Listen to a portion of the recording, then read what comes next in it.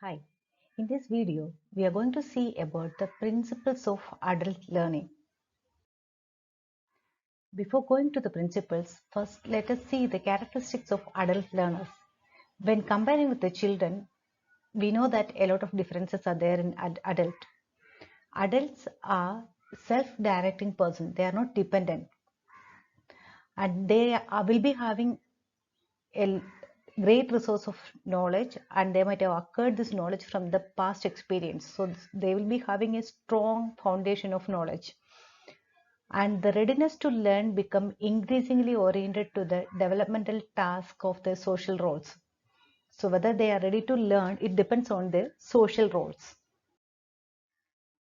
Their time perspective changes. They need to see the immediate application of the knowledge. If something is useful for the future, they may not show much interest. But if they are learning something and if it is having immediate use, they will be more interested. The reason to learn changes from external motivators to the internal motivators. Now let us see the assumptions about adult learning. Adults need to know why they need to learn something. That is, they should know the purpose of learning.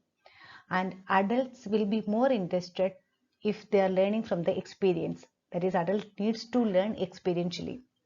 Adults approach learning as a problem solving, and adults learn best when the topic is of immediate value. Already I have told you that if something is of immediate importance, or if they can use it immediately, they will give more importance to that topic. Adults view learning is an active process in the construction of meaning. So these are the assumptions of adult learning. Now we can move on to the principles of adult learning. First one, motivation. Participants must want to learn. They must be ready to learn, and there must be some reason to learn. Now we can see the factors to be considered for the motivation. The material should be meaningful.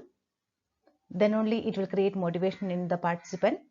And the trainer also should be motivated. If the learners are motivated and if the trainer is not motivated, it may not create interest in the learners. So the trainer also should be motivated. And the content should be appropriate, and it should be of immediate use. And if it is fulfilling the needs of the participants, needs of the learners, it will be having a more motivating effect. And always we should move from the known to unknown.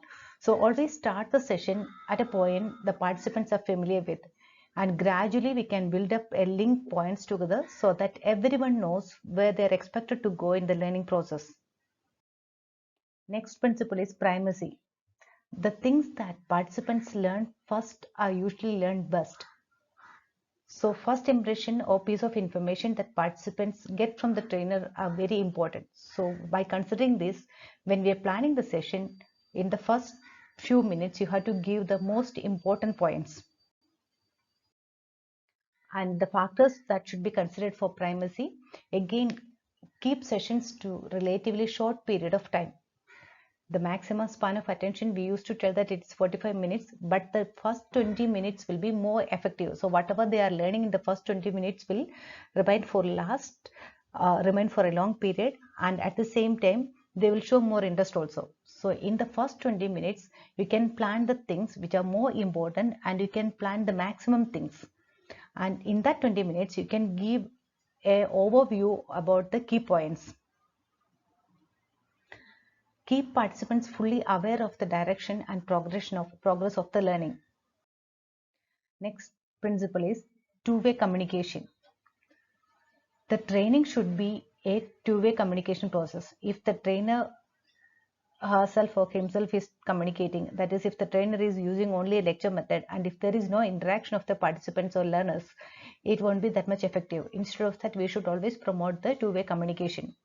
And the factors should be considered for the two-way communication include the body language of the learner also should be in such a way that it is improving or it is enhancing the two-way communication. And the session plan should have interactions with the participants designed to it.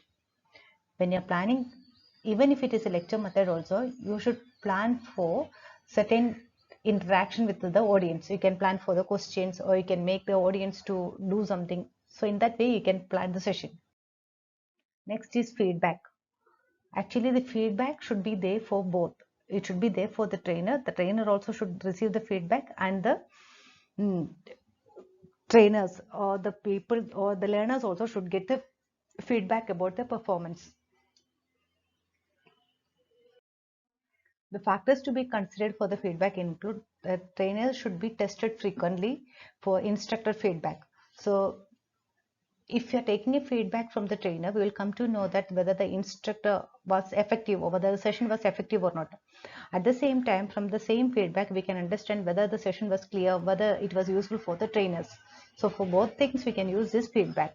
So the feedback we can take either in the form of a test, or you can ask frequent questions, uh, or you can make the participants or learners to re-demonstrate. In such way, you can have the feedback. And it is not compulsory that always the feedback should be positive. Even negative feedbacks also can be there. In fact, the negative feedbacks may become more useful for the learners and for the trainers. When a participant does or says something right, always the learner should acknowledge them and prepare a presentation so that there is positive reinforcement built into the every beginning. And look for someone doing it right, as well as always look for someone doing wrong also. So that is, we have to see for the positive and for the negative. We have to give importance to the positive feedback and for the negative feedback also.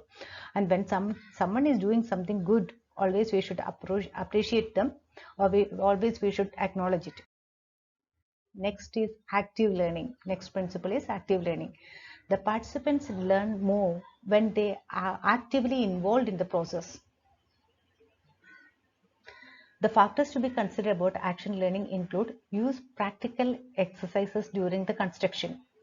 Use plenty of questions during the construction. A quick quiz may be used to keep the participants active.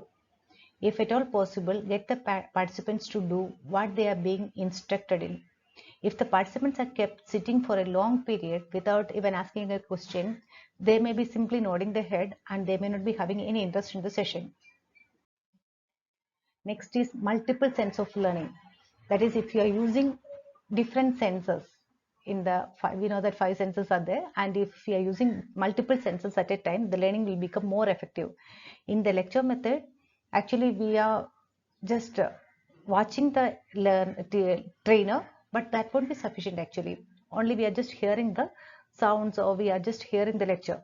But along with that, if the trainer is using some demonstration, or if the trainer is showing some pictures or images, it will become more useful. So in that way, you can club the activities in such a way that it will enhance the multiple sense of learning.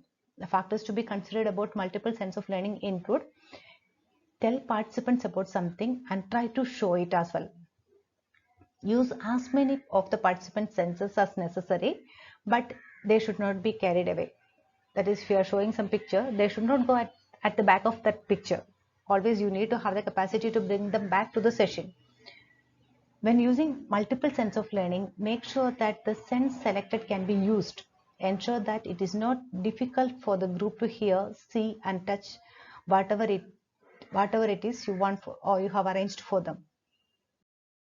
Next is exercise. The things that are repeated are best remembered.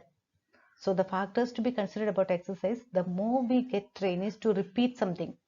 So for example, if you are doing a demonstration, make them to do the written demonstration, re-demonstration. Like that, we can, whenever they are repeating, the learning will become more effective.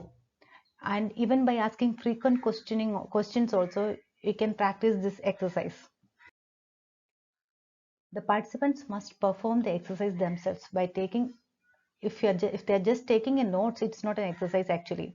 And even if the teacher is summarizing or the trainer is summarizing the topic, that also will come under the exercise. Always summarize at the conclude at the end of the session, and make the participants to recall the contents frequently that has been covered.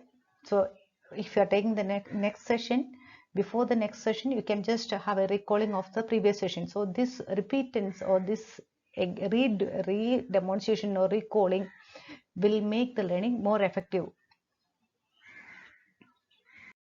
Already we have seen the principles of adult learning. Now we are going to see the pitfalls of training adults.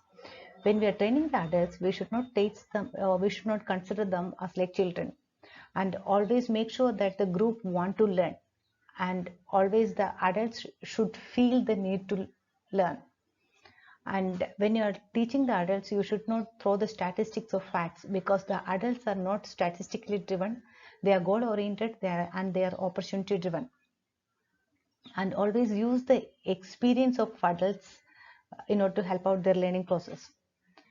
And usually the adults learn best in the informal environments, not in the unpleasant social atmospheres. So always when you are planning for the adult education or in-service education, it is better to select the informal environment. These are the main facts about the principles of adult learning and adult learning. Thank you for watching this video. See you soon with a new video. Bye.